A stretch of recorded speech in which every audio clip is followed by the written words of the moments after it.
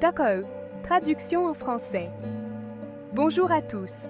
Aujourd'hui, nous allons nous plonger dans d'importantes mises à jour concernant le retard accumulé dans le traitement des demandes d'immigration au Canada. Si vous faites partie des nombreuses personnes en attente du traitement de votre demande, vous allez certainement vouloir rester avec nous. Au 31 août 2024, le retard dans le traitement des demandes d'immigration au Canada a atteint près de 1,1 million de dossiers. Cela représente une augmentation de 7,57% par rapport au mois précédent. Immigration, Réfugiés et Citoyenneté Canada, IRCC, traite actuellement environ 2,42 millions de demandes.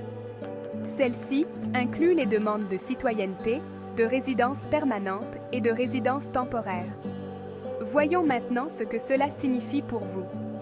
L'IRCC travaille activement à réduire ce retard d'environ 20 à 30% d'ici la mi-2025. Pour y parvenir, il prévoit d'améliorer la technologie et de mieux répartir les ressources. Cependant, l'augmentation de la demande de visa de résidence temporaire reste un défi important. Si vous présentez une demande de résidence temporaire, préparez-vous. Vous risquez de connaître des délais de traitement plus longs. Il y a quelques signes d'amélioration dans le traitement des demandes de résidence permanente, mais la situation globale reste assez complexe. L'IRCC fait de son mieux pour relever ces défis, alors restons optimistes. Passons à une autre mise à jour cruciale.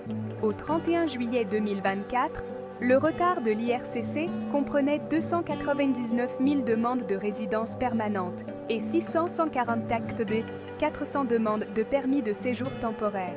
Près de la moitié de ces demandes de séjour temporaire ne sont pas traitées dans les délais de service standard. Le retard a augmenté de près de 100 000 demandes par rapport à l'année précédente. Pour y remédier, l'IRCC priorise les demandes des travailleurs essentiels. Ils envisagent également d'introduire un plafond souple sur le nombre de résidents temporaires acceptés à l'avenir. Cela devrait aider à gérer le retard croissant et les délais de traitement. Croisons les doigts. Enfin, pour ceux qui s'intéressent aux visas américains, le bulletin des visas d'octobre 2024 contient des mises à jour notables. Le bulletin indique une avance d'1 mois dans la catégorie F2A pour tous les pays, qui couvre les conjoints et les enfants des résidents permanents. La catégorie EB2 pour les professionnels ayant des diplômes supérieurs ou des capacités exceptionnelles a connu une avance de 4 à 6 mois. Cependant, la catégorie EB3, qui comprend les travailleurs qualifiés et les professionnels, a connu une régression de 7 mois et 2 semaines pour les demandeurs originaires de Chine. Ces changements mettent en évidence le caractère dynamique de la disponibilité des visas.